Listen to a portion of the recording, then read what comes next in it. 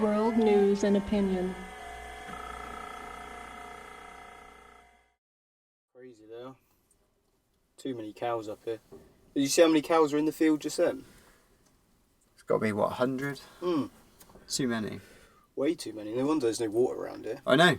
I'd used a hose earlier to hose a lorry out, hose out the sea sand, and the hose stopped. Oh, what? Yeah, so it just must be drinking all the water. Oh, hell. It's like a drought because of cows. Well, you rang me up. You said, Yeah. let's do a podcast. Yeah. So I was like, Gary must have something to say. Well, I didn't really see you yesterday because Meady was here, wasn't he? And, Yeah. I popped down, but yeah, I haven't really got anything to say as such. But you got stuff to talk about. You're flying up country in a bit. Yeah, I don't know if I want to talk about that, though. All right. Talk about it. See how it goes and talk about it after. All right. You're just going to get a travel lodge or something. I can't afford that. Can't even afford to drive the camper up there. You sleep in the car. No, stay at Andy's. Oh, you're staying at Andy's? Yeah. Oh, right. Because he lives in Doncaster, somewhere. I haven't got his postcode yet. Fair enough. I asked him hastily earlier, can I stay at your house tomorrow night? And he just said, I'll ring you later. Oh, right. It's like that scene on Breaking Bad, you know, where Jesse goes to stay with his friend. And then yeah. his wife and kid come out. And then they start discussing with the guy. And then he's like, oh, yeah, you got to leave. Do you remember that bit? No. Oh, you have to see. What season was that? Season... It was just Jesse in the camper. He got it out of, like, the scrapyard. Oh, okay. Yeah. Needed somewhere to stay because Walt gave him no money. He was not answering the phone. He had no money, and he strolls in to his mate's house, a mate from school, and he's all like doing well. Jesse sat there. Then it was like my favourite scene. Then his wife comes home, and their daughter or whatever, and she's all like looking at him funny, and she goes, "Can I have a word with Jesse's friend?" And then matey comes out and says, "Oh yeah, we're busy this weekend. You can't stay." I do remember that. Yeah. He's like having breakfast with a kid. Yeah, that's right. Before school or something. Yeah, just doesn't trust him. Like, looks a bit rough. That's your favourite scene in Breaking Bad? No, funny scene. Oh, right. I was going to say, there's a hell of a lot more good scenes than that. Yeah, back when Walt had hair, like hanging up the phone on him all the time. Quiet, it didn't last. Well, it did last long. Their relationship was so sporadic. You would have think if me and you were doing something like that, we wouldn't fall out quite as much. No, but if it's your teacher, if that's you and Mr. Smith, he always calls him Mr. White, even though when he's trying to kill him and that. Oh yeah, one thing I was going to ring you earlier, but I thought I'd save it till now. Is there any betting lines that you can bet that Costa will be champion this year? I think you probably have to ring them up. Yeah, Just I put all my money on that, I think. Costa? Yeah, I don't know who's going to win out of Stylebender and Whitaker. Costa's just going to beat them both. It's too tough. I've been big on him for a long time, and after that performance he had against Yoel Romero, we thought he was going to be fight of the night, but you never know. They could have been scared of each other. They could have been, Yoel could have just been, it could have been a 3-round wrestling clinic if he decided to do it that way.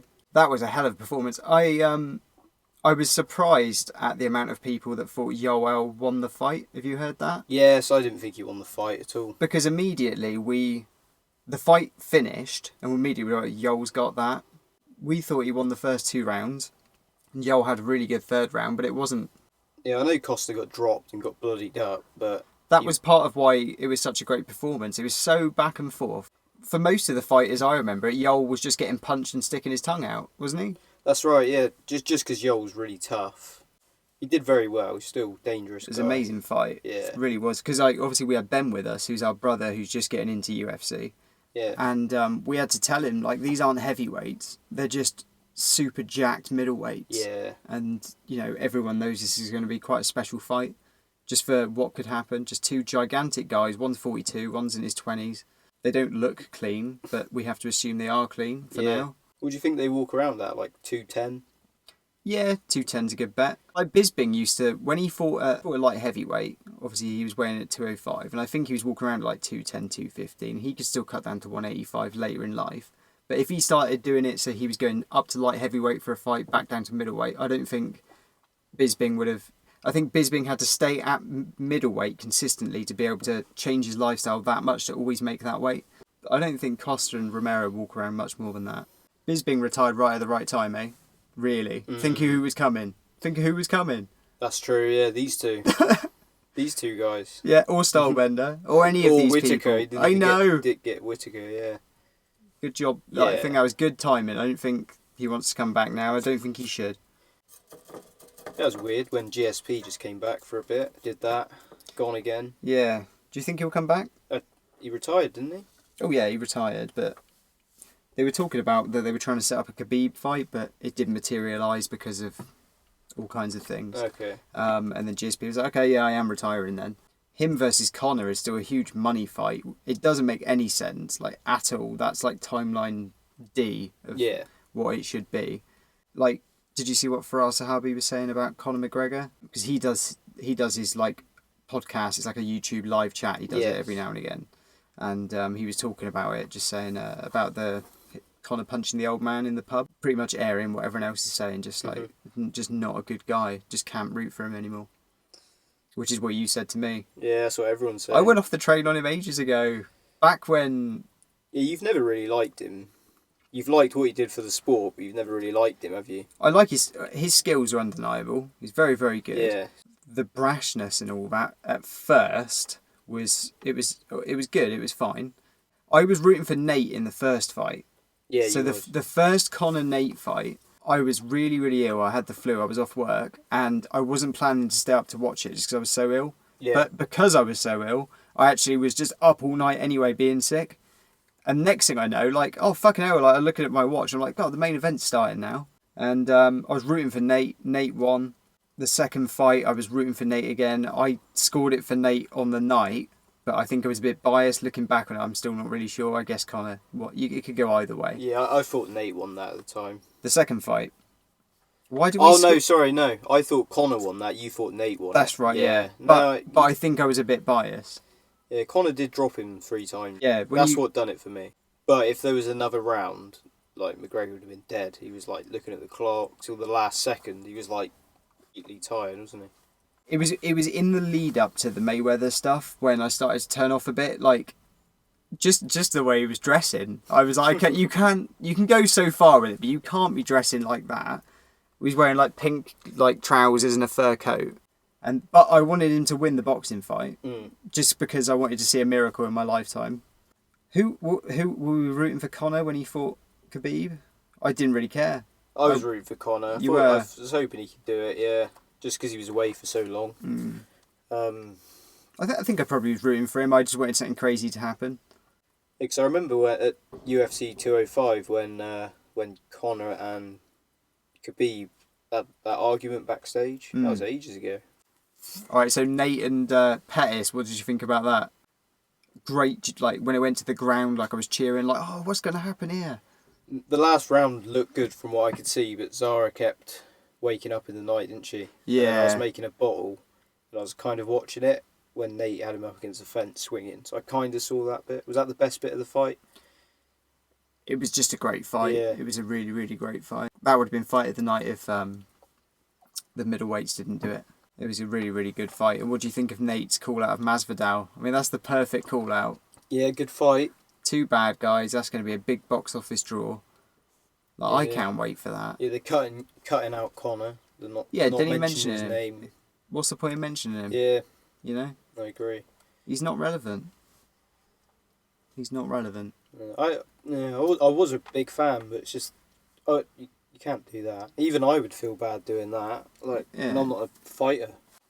As relevant as Brock Lesnar is in the heavyweight division. Yeah, that is true, actually. He's just the big star. Was the champion. Now isn't. Will he or will he not come back? Yeah, why is he still in Ireland doing crazy things? That's what I want to know. Like, you get all that money, you move away, don't you? You're just in Irish pubs, going crazy. Yeah, but like me and you up the pub here. Like, if we had loads of money, yeah, and then suddenly we're just in the local. Yeah, we don't even go there now. No, what's he doing in the local? Like, even if I won, I don't know, if I won $500,000, I'd never go down the Willsey again. There's no need. I'd never go in a pub in Camelford again. I'd be gone. You'd be gone. Yeah, wouldn't you? Yeah. Well, I don't go. Well, If we went to pubs, I know what you mean, but I don't go to pubs. That last time we were even in a pub was that one in Camelford. Yeah, it was a strange night, that was. Very strange night. Yeah. Because you said to us about the live band that was playing, and there was that guy on the end who's like playing the bass or whatever, and you just said something like, I bet that guy, you could just tell that guy, he doesn't like chip in for petrol and he's not a team player and that. Yeah. But then he was just way closer than we thought. Like, he definitely heard us. Yeah, we'd had too much to drink, and he was...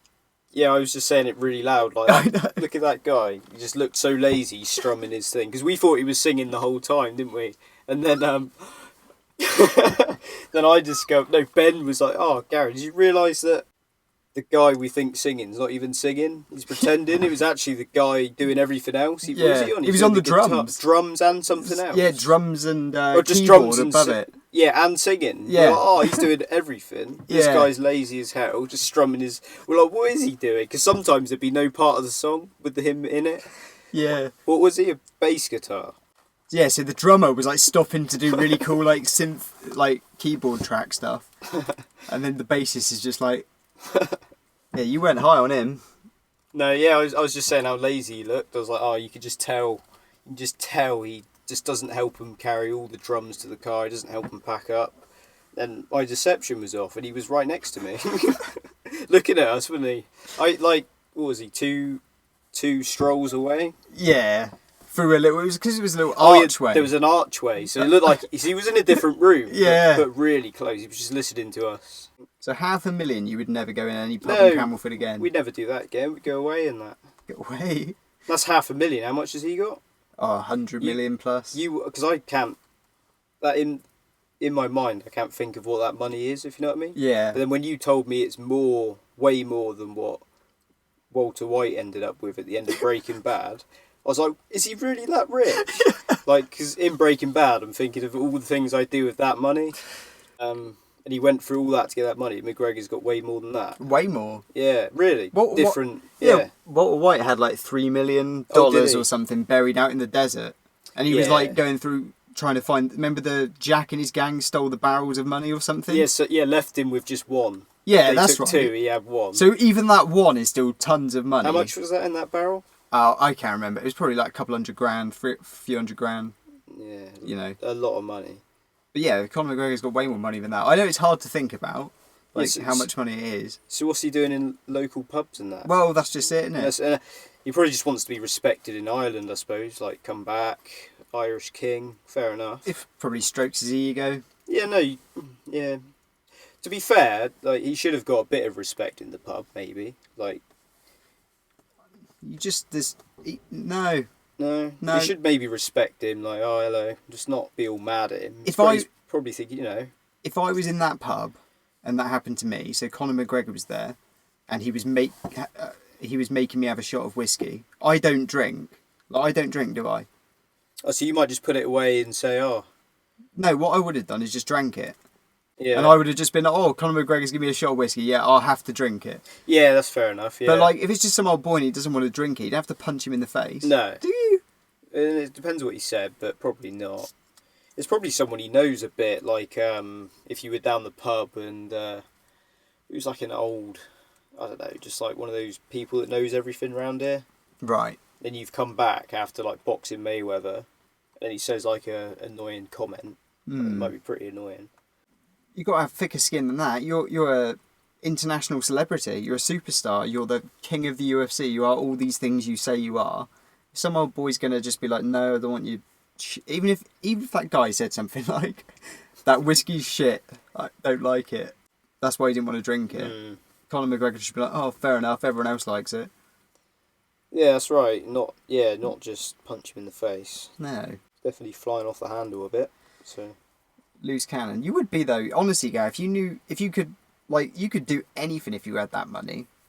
Like, you probably wouldn't turn into a Conor McGregor, but if you had the pressures of media and all the other things he deals with in his life to get to where he is, like, it's got to be monumental. If he's come from, like, where we have, just like... He has. Like what it is living around here. If you got all that money within, 5 years he got rich? Yeah. Why not just quit all that and then just live a hell of a life? Because it's easy to say that. You've got to keep it all going somehow. Yeah, it's like, when... To keep all the jets paid for and stuff like that. Yeah, if you had a big old mansion, like the upkeep on that thing's hellish. Not just taxes, but just like yearly fees. You know what I mean?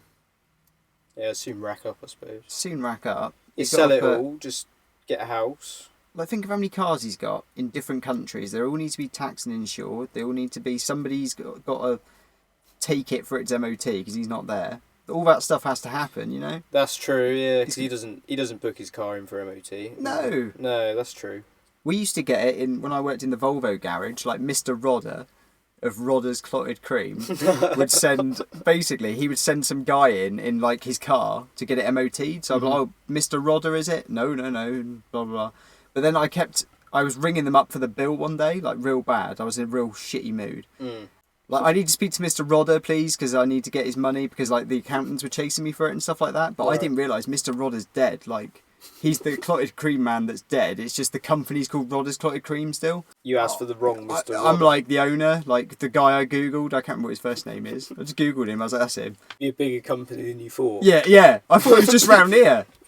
Like, you know, like Kelly's... No, they're everywhere. You know, like Kelly's ice cream. Is that just down here or is that up country as well? You're thinking of like Ambrosia custard that's at Lifton. But you were trying to put into perspective to me how much money that is, because I'm not very good at maths, you know? Okay. You could just buy anything, I suppose. Live in a house, buy anything. If you just kept it at that, you absolutely could. Yeah, so why not just do that? You could probably fill your... Whatever the newest, like, best telly is, like, the best TV out there that's 4K, the best telly probably costs, like, $8,000. You could probably buy a house and fill it completely with flat screen TVs that will cost $8,000 each. And completely fill it, and you'd have loads of money left. Yeah, just wouldn't be hanging around in local pubs. Smacking old blokes. Why do you think he done it? Okay, you're Conor McGregor, what's going through your head? Well... Bearing in mind, just 1 second, that CCTV clip has no audio, so we can't hear anything. Yeah, well, I think he just walked in, it was all quiet in there, and, you know, he just wanted his new whiskies out, he wanted to buy everyone a shot in the pub, and, like, someone's just not respecting him, made a sly comment, like, he's put Ireland on the map, you know, done a lot for Ireland, just one guy not respecting him, but took it too far by punching him, like...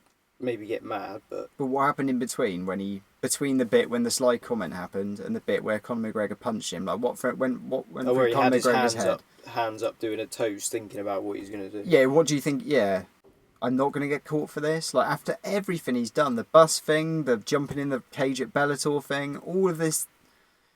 He probably thought, you know, if you were down the wheelsy, you thought you'd think this isn't even like real. You'd be like. Do you know what I mean? And you just punch a guy, you'd be like, oh, no one's ever going to know. Like, it's not going to get on the internet. But you don't think of cameras, really. I suppose everywhere has a CCTV camera. I think of cameras 24/7. Do you? I never think about it. I never thought about it till then. I thought, oh, shit, a local pub like that has a camera. Have they got cameras in Willesey like that? No. I bet there's a camera behind the bar. No. I bet there's a camera behind the bar. Oh, just like that? To watch their own staff with, at least. That's true. And to watch the register, like if people come in, steal cash out.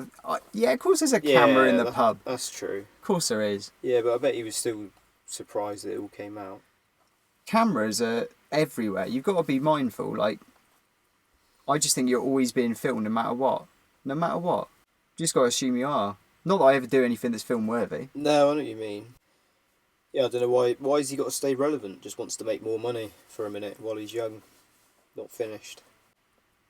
What's the first thing you would do? Because I would just take the van to the body shop and just get the boot done, like the rust on the boot. I'd just do that. That's a good idea. Yeah, I'd take my CRX somewhere, just get it all just completely restored, just like that. Yeah. Not tell anyone. You like the thrill of the chase doing it yourself, though, like little bits. You like tinkering. No, yeah, but I can only tinker so far. There's some things that I just can't do, like those window motors. Good job I had a hand with that. They're a bit slow, if I'm honest. Oh, after all that, they're not working. They're working. Driver's one like almost goes in its slot. I've got to push it a little bit and it'll go up that last bit.